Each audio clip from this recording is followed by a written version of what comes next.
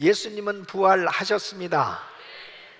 부활하신 주님은 성령으로 오늘도 이 자리에 임재하신 줄로 믿습니다. 오늘 이 부활주일 우리 주님께서 친히 임재하셔서 우리 모두에게 부활의 생명과 부활의 놀라운 은혜를 부어주시고 우리 모두에게 하나님의 그 크신 사랑과 은혜를 경험하는 복된 시간으로 마음껏 축복해 주실 줄로 믿습니다. 여러분은 예수님께서 십자가에 못 박혀 죽으시고 3일 만에 부활하신 것을 믿습니까?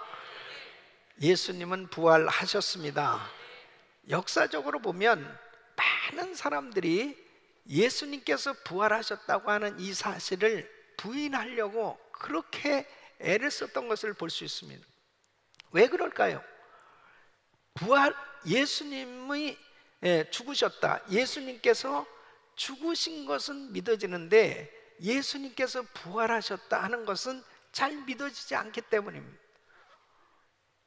예수님께서 부활하신 것이 잘 믿어지지 않으니까 제자들이 예수님의 시체를 훔쳐가지고 가서 예수님이 부활했다고 이렇게 거짓으로 소문을 퍼뜨린 것이다. 그래서 도적설이라고 하는 것을 내세워서 예수님의 부활을 부인하는 것입니다. 또 어떤 사람들은 예수님의 제자들이 너무 예수님을 만나기를 그리워하고 사모하다가 보니까 환상을 보게 된 것이다. 그래서 이 환상설을 통해서 예수님의 부활하심을 부인하는 거예요. 또 예수님은 죽은 것이 아니고 기절했다가 다시 깨어난 것이다. 그래서 기절설이 있습니다. 이렇게 많은 사람들이 이성적으로 예수님의 부활을 해석해 보려고 무진장 노력한 모습이 보여지고 있습니다. 그러나 예수님은 부활하셨어요. 예수님께서 부활하셨다고 하는 것은 역사적인 사건입니다. 예수님께서 부활하셨을 때 우리 주님은 승천하시기까지 40일간 이 지상에 머무시면서 많은 사람들을 만나 주셨습니다.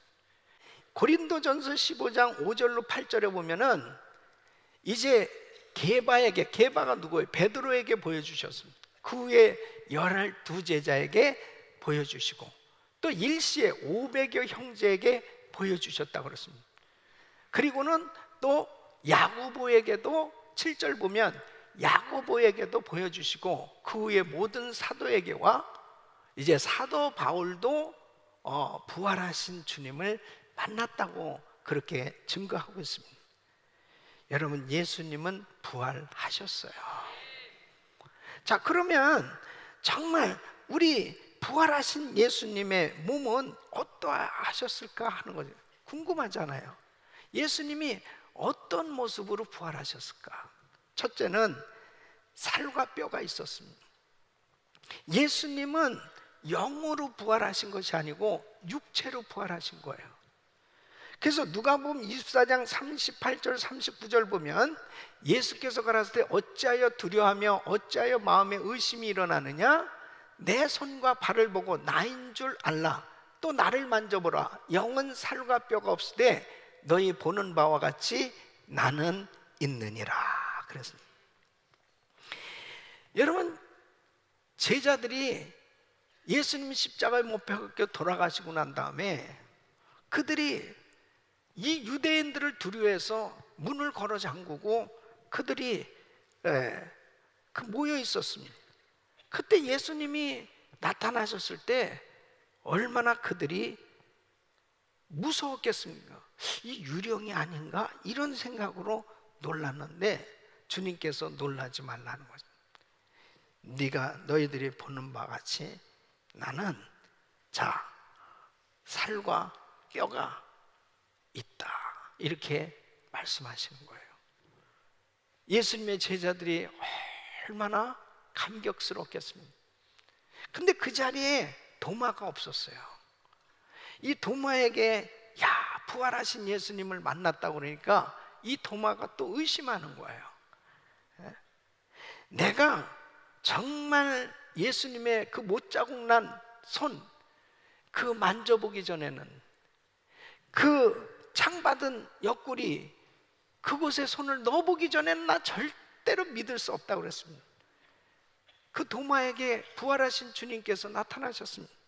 요한복음 20장 27절에 보면 그 도마에게 이렇게 말씀하십니다. 내 손가락을 이리 내밀어 내 손을 보고 내 손을 내밀어 내 옆구리에 넣어보라. 그리하고 믿음 없는 자가 되지 말고 믿는 자가 되라. 이렇게 말씀합니다. 부활하신 예수님은 살과 뼈가 있는 육체로 부활하신 것입니다. 그래서 예수님께서는 음식을 잡수셨던 것을 볼 수 있습니다. 예수님께서 만일 영으로 부활했다면 여러분 음식을 드시지 못했을 것입니다. 그렇잖아요? 그런데 육체로 부활하셨기 때문에 예수님께서 음식을 나누시는 것, 드시는 것을 볼 수 있습니다.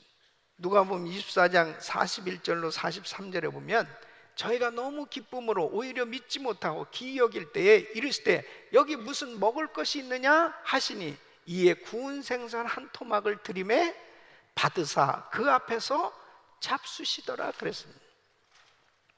요한복음 21장에도 보면 디베랴 바닷가에서 물고기 잡던 제자들을 부활하신 주님께서 만나주시는 것을 볼 수 있습니다.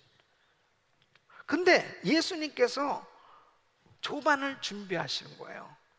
그래서 숯불을 펴놓으시고 생선을 구우시고 이 구운 생선과 떡을 주시면서 자, 와서 먹어라. 우리 주님은 육체로 부활하신 줄로 믿습니다. 또 부활하신 우리 주님은 시공간을 초월하셨던 것을 볼 수 있습니다. 시간과 공간을 초월해서 그 초월할 수 있는 몸으로, 그러니까 예수님은 시간과 공간을 초월하신 몸으로 부활하신 거예요. 제자들이 다 한 곳에 모여 있었습니다. 이 문을 걸어 잠그고 자기들끼리 참 모여서 사실 그들의 마음에 평안함도 없었고 두려움 가운데 있었어요. 그런데 부활하신 주님이 그냥 문을 열지도 않고 쓱 나타나셨습니다. 네. 이게 쓱이라는 게 이게 중요한 거예요. 쓱 나타나죠. 이 요한복음 20장 19절에 보면은 이날 곧 안식구 첫날 저녁 때에 제자들이 유대인들을 두려워하여 모인 곳에 문들을 닫았더니 예수께서 오사 가운데 서서 가라사대 너에게 평강이 있을지어다. 참 얼마나 놀랬겠어요. 그냥 이렇게 쓱 나타나셔가지고 너에게 평강이 있을지어다. 너무너무 놀랐지 않겠습니까? 살과 뼈가 있는 육체를 가지신 주님이신데 우리 주님은 이렇게 시간과 공간을 초월해서 다닐 수 있는 이 육체로 부활하셨던 것을 볼 수 있습니다. 그래서 예루살렘에서도 나타나셨는데 주님이 어느 순간에 갈릴리에도 나타나신 것입니다. 그래서 우리 주님은 신령한 몸으로 부활하셔서 하늘로 승천하셨던 것을 볼 수 있습니다. 그 승천하시면서 우리 주님께서 이렇게 말씀하십니다. 너희가 본 그대로 내가 다시 오리라 그랬습니다. 우리 주님은 다시 오실 줄로 믿습니다. 그래서 우리 신자의 최대 소망은 예수님의 재림이에요. 그러면 예수님이 이렇게 부활하셨는데 우리 주님께서는 예수 믿는 우리도 이렇게 분명하게 부활할 것을 약속하셨습니다. 믿습니까? 그래서 우리 예수 믿는 신자들도 반드시 부활하게 될 것이다 이렇게 주님 약속하시는데, 자 그러면 언제 이러한 부활이 있겠는가 하는 것이죠. 자 오늘 이 본문 말씀 보면 51절 52절 보면 이렇게 말씀을 하고 있습니다. 보라, 내가 너에게 비밀을 말하노니 우리가 다 잠잘 것이 아니요 마지막 나팔에 순식간에 호련히 다 변화하리니 나팔 소리가 나면 죽은 자들이 썩지 아니할 것으로 다시 살고 우리도 변화하리라 그랬습니다. 그러니까 예수님 재림하실 때 부활할 것을 말씀하십니다. 좀 더 구체적으로요, 데살로니가전서 4장 16절로 17절 보면 주께서 호령과 천사장의 소리와 하나님의 나팔로 친히 하늘로 쫓아 강림하시리니 그리스도 안에서 죽은 자들이 먼저 일어나고 그 후에 우리 살아남은 자도 저희와 함께 구름 속으로 끌어올려 공중에서 주를 영접하게 하시리니 그리하여 우리가 항상 주와 함께 있으리라. 천사장의 소리와 하나님의 나팔로 친히 하늘로부터 강림하실 때, 예수님 재림하실 때 제일 먼저는 죽은 자들, 예수 믿고 죽은 사람들이 먼저 부활하게 됩니다. 그리고 살아있는 사람들이 따라서 예수 믿는 신자들이 부활할 것을 말씀하고 있는 거예요. 그렇기 때문에 반드시 우리 주님께서 다시 오실 때 우리도 신령한 몸으로, 영원한 몸으로 부활하게 될 줄로 믿습니다. 그러므로 부활의 생명을 얻은 성도들은 어떠한 삶을 살아야 되겠습니까? 첫째는 감사하는 삶을 살아야 될 줄로 믿습니다. 자, 오늘 이 57절 말씀 우리 한번 같이 읽어보겠습니다. 시작. 우리 주 예수 그리스도로 말미암아 우리에게 이김을 주시는 하나님께 감사하노니 아멘. 예수님께서는 십자가에 못 박혀 죽으셨어요. 예수님이 죽으셨을 때 사탄 마귀는 사망 권세를 가지고 예수를 십자가에 못 박았어요. 마치 사탄이 사망 권세가 이긴 것 같이 보여지지 않습니까? 그런데 우리 예수님께서 부활하심으로 인해서 사망 권세를 깨뜨리시고 마귀의 권세를 물리치시고 우리 주님이 부활하신 것은 우리 주님의 승리인 줄로 믿습니다. 우리 주님이 부활하신 것은 완전한 승리예요. 그래서 예수 믿는 우리는 예수님께서 부활하심으로 죽임을 이기신 것처럼 바로 우리도 예수님 때문에 사망 권세를 깨뜨리시고 승리하신 주님의 승리가 곧 예수 믿는 우리에게 이 승리가 임한 줄로 믿습니다. 그래서 우리는 승리하게 된 거예요. 죽음을 이길 수 있게 된 거예요. 사망 권세를 이길 수 있게 된 겁니다.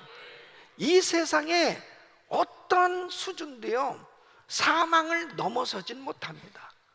다 모든 인생은 죽음 앞에 다 두려워할 수밖에 없고요, 죽음 앞에서는 모두가 다 겸손해질 수밖에 없습니다. 그런데 우리 예수님이 죽음을 물리치시고 승리하셨기 때문에 우리는 죽음 앞에서도 당당할 수 있는 겁니다. 그래서 성도는 죽어도 살겠고, 무릇 살아서 나를 믿는 자는 영원히 죽지 아니하라. 우리 주님께서 말씀하신 그대로 부활의 생명을 가진 우리는 항상 감사하며 살아야 될 줄로 믿습니다. 부활하신 우리 주님, 그 주님께서 우리에게 이 놀라운 은혜를 주신 것입니다. 얼마나 감사한지 몰라요. 저는 우리 중학교 3학년 때 우리 아버님께서 갑자기 뇌혈로 세상을 떠나시게 됐습니다. 그때부터 참 죽음에 대한 두려움이 있었어요. 아, 사람은 죽는 거구나.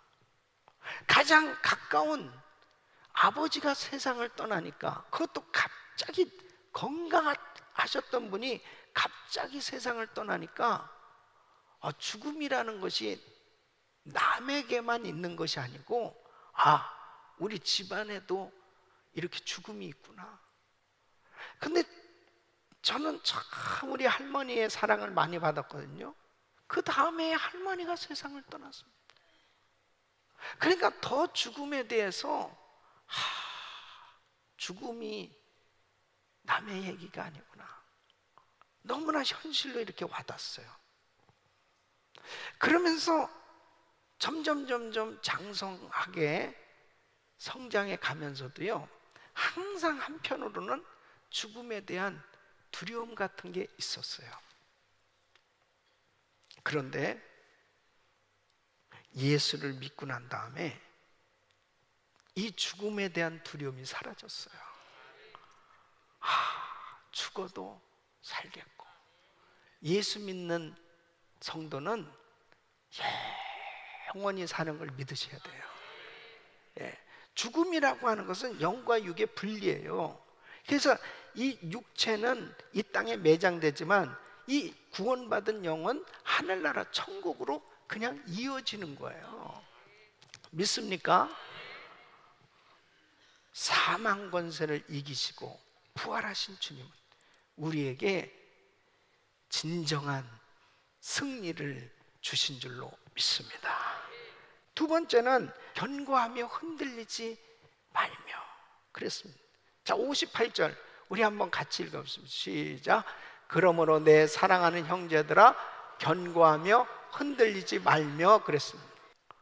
부활의 신앙을 가져야 흔들리지 않는 신앙생활이 가능한 겁니다. 여러분, 이 세상은 우리의 신앙을 흔드는 환경들이 너무 많아요. 두려운 일들이 참 우리 주변에 많이 발생하고 있습니다. 이 강원도 이 산불로 인해 가지고요, 많은 이재민들이 생겼는데, 물론 뭐 우리 캘리포니아의 산불로 비교해 보면은 정말 뭐 작은 면적이지만은 사실 한국은 좁잖아요. 강원도는 너무 좁은 땅이잖아요. 그런데 5개 시군에 이 산불로 인해 가지고 여의도 면적의 6배가 넘는 그 면적이 피해를 입었습니다. 그 700명이 넘는 이재민들이 생겨졌는데요, 하루아침에 그냥 집을 잃어버리니까요, 그냥 추리닝 하나 입고서 그 다음에 구호품 같은 게 왔는데 뭐 신발이 맞아요, 그 다음에 뭐 옷이 맞아요.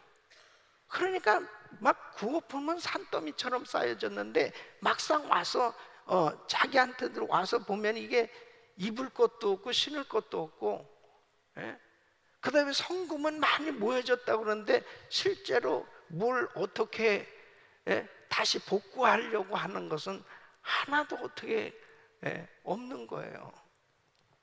너무너무 안타까운 거죠. 그런 일들이 생겨졌을 때 막 사람들이 흔들리는 거죠. 낙심하고 실망하고 좌절하고, 그리고 포기하고 싶은 그런 생각 가운데 우울증도 들고 생기고 병이 생기고 스트레스를 받고. 그런데요, 예수 믿는 성도는, 부활의 신앙을 가진 사람은 다시 일어날 수 있는 거예요. 다시 회복될 수 있는 거예요. 견고하며 흔들리지 않는 신앙은 부활 신앙을 가져야 회복될 수 있어요. 다시 일어날 수 있다. 다시 회복될 수 있다. 또 뿐만 아니라 부활 신앙은 저 영원한 천국을 바라보는 거예요. 제가 로마의 카타콤 동굴을 가본 적이 있습니다. 로마 시대에 신앙의 자유를 얻고자, 신앙생활 자유롭게 하고자 그 엄청난 핍박을 피해서 믿는 성도들이 동굴을 판 겁니다. 동굴을. 이 동굴을 팠는데 이 동굴이 마을같이 만들어진 거예요. 그러니까 어마어마한 동굴이죠. 그곳에서 태어나서 그곳에서 자라고 그 동굴에서 그냥 죽는 거예요. 바깥의 세상을 한 번도 보지 못하고 그곳에서 살다가 간 사람들이 수없이 많아요. 근데 그 동굴을 구경하는데 벽에 많은 글씨들이 쓰여 있습니다. 그 가이드가 설명을 하는데 참 기쁘다, 그런 내용들이 그렇게 많이 쓰여져 있다는 거예요. 아니, 동굴에서 사는데 뭐가 기뻐요? 동굴에서 정말 불편하게 사는데 뭐가 기쁘겠습니까? 그들은 이 땅에서는 육신을 가지고 살면서 불편하고 힘들고 어려울지 모르지만 이제 얼마 안 있으면 이 세상을 떠나면 우리는 저 영원한 천국에 갈 텐데, 그곳에서 우리 주님과 더불어 영원토록 행복한 그런 삶이 주어진다는 이 부활의 소망을 가지니까 참으로 행복한 줄로 믿습니다. 세 번째는 주님 앞에 충성하는 삶이 되어야 하는 것입니다. 자, 58절 우리 같이 큰 목소리로 읽습니다. 시작. 그러므로 내 사랑하는 형제들아, 견고하며 흔들리지 말며 항상 주의 일에 더욱 힘쓰는 자들이 되라. 이는 너희 수고가 주 안에서 헛되지 않은 줄을 알미니라. 아멘. 부활신앙을 가진 사람은 주님 앞에 충성하는 삶이 될 수 있습니다. 여러분, 이 부활의 신비한 비밀을 깨달은 사람은 이 세상에 안주할 수가 없어요. 이 세상에서 참으로 좋은 것을 가졌다고 해서, 이 세상에서 참으로 내가 누릴 수 있는 모든 것을 다 얻었다고 해서 그냥 세상에 빠져 있을 수 없어요. 세상에 결단코 안주하고 나태하고 태만하게 살 수 없습니다. 왜? 하늘나라, 그 영원한 천국에 우리는 누구나 다 가야 될 텐데, 그 영원한 천국에 가게 되면 반드시 이 땅에서 한 모든 일들이 그대로 다 드러나는 날이 온단 말이에요. 그래서 오늘 이렇게 말씀하시는 것입니다. 견고하며 흔들리지 말며 항상 주의 일에 더욱 힘쓰는 자들이 되라. 이는 너희 수고가 주 안에서 헛되지 않은 줄을 알미니라. 그래서 사도 바울은 복음 전하면서 그렇게 엄청난 시험과 환난과 핍박을 당하고 나중엔 죽임까지 당했잖아요. 그러나 이후로는 나를 위하여 의의 면류관이 예비되었으므로 기쁨으로 칼에 맞아 순교하기까지 그렇게 담대할 수 있었던 것은, 끝까지 복음을 전하며 주님 앞에 충성할 수 있었던 것은 부활신앙을 가졌기 때문에. 여러분, 계시록 22장 12절에 보면 보라, 내가 속히 오리니 내가 줄 상이 내게 있어 각 사람에게 그의 일한 대로 갚아 주리라. 결단코 이 땅에서 주님 앞에 한 모든 일들 헛되지 않습니다. 하나님 나라 가면 다 상급으로 보상받게 되는 줄 믿습니다. 이 놀라운 약속을 우리는 가지고 있는 사람들이에요. 근데 우리가 어떻게 게을릴 수 있습니까? 정말 이 짧은 인생을 살아가면서 나에게 주어진 이 시간, 나에게 주어진 이 환경 가운데 어떻게 해서든지 하나님 앞에 섰을 때 정말 칭찬받을 수 있는 그런 삶으로 우리는 이 땅에서의 삶이 기념비적인 삶으로 만들어져야 될 줄로 믿습니다. 우리 교회가요, 지금 58개국에 지금 300여 명의 선교사님들이 나가 사역하고 있는데, 뭐 선교지마다 다 선교비를 보내야 되고, 참 많은 선교사님들의 필요가 있기 때문에 우리가 힘에 지나도록 선교를 하고 있습니다. 그런데 그 선교지 가운데 우리가 사실 선교비를 안 보내는 딱 한 나라가 있어요. 그 나라가 바로 대만입니다. 대만에 신학교가 세워졌고, 그리고 대만에 참 많은 사역들이 되고 있는데, 그 모든 우리 선교사님들의 사역과 또 신학교 사역과 모든 대만 선교를 위해서 물질로 헌신한 분이 있어요. 그분이 대만의 그 왕자매님이라는 분이에요. 이분은 한국으로 말하면 거의 현대 삼성과 재벌집의 맏딸입니다. 근데 그분의 간증을 들으면서요, 참 놀라운 은혜를 받았습니다. 이 아버지가 어느 날 다른 여자를 데려온 거예요, 집에. 그러니까 이 엄마는 크리스찬입니다. 그러니까 이 엄마가 자녀들을 데리고 미국으로 가겠다는. 그러니까 이 아버지, 재벌 회장이죠. 이 아버지가 단호하게 이렇게 얘기합니다. 그 아버지는 예수를 안 믿죠. 단호하게 얘기합니다.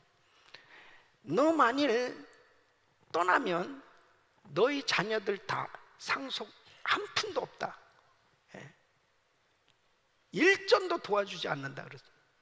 근데 이 자녀들을 다 데리고 이 엄마가 미국으로 옵니다. 그리고 하루에 5시간씩 매일같이 기도를 하는 거예요. 자녀들을 위해서 기도하고. 그러면서 이 자녀들을 미국에서 키웠습니다.